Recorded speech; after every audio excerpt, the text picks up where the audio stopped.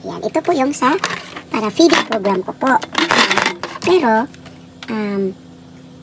hindi naman natin ito mapupuno siguro. Cross finger. Kung magkano lang mailagay ko dyan. Yan po ang ipagpa-feeding ko po sa Pilipinas. Good morning! May dumating na naman akong order from Amazon. Kasi umorder po ako ng pang-ipon challenge ko na coins. Kaya ito dumating na po siya. Ayan, ayan po yung ano niya sa Amazon. Ayan. Kaya buksan muna natin ha. Ito na. Flex ko lang sa inyo. Ito yung lalagayan ko ng aking ipon challenge feeding program. Ayan. Buksan ko muna siya ha. Sa Amazon ko po ito nabili. Ayan. Mga pwede hakin. 500 yen.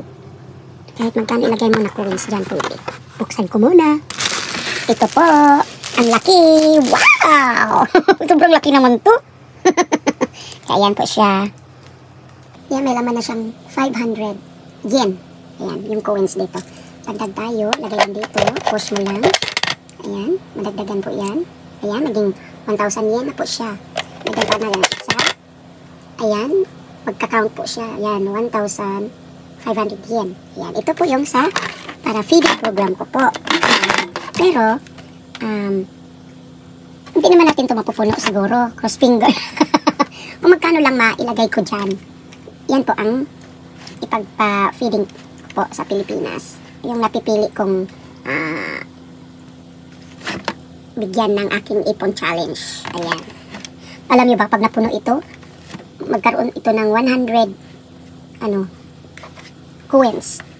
Kung sa ano pa, siguro nasa mga 300,000. No? Pero cross finger tayo dyan kasi yung may mga natitira lang naman akong pera ng mga coins, 500, 100. Yun ang ilalagay ko dito. Kahit magkano na coins. Ayan.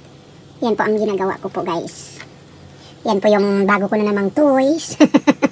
Yung nakita nyo dati yung papel yun eh. Ngayon ito yung pang feeding ipon challenge ko po to. Ang ipon challenge. Ayan.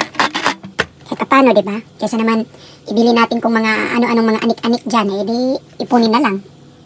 O diba? Ayan. Ipon challenge feeding. Ayan. Ito po siya. Yan pa po ang laman. Ayan. Nakalagay din dyan kung magkano ang laman. 1,500 yen. So, hindi naman natin ito mapuno. Cross finger kung mapuno ito. Basta, within this year, kung magkano ang laman nito, ito yung para sa napili kong charity or napili kong bigyan ng feeding. Kaya, God be the glory. God bless everyone.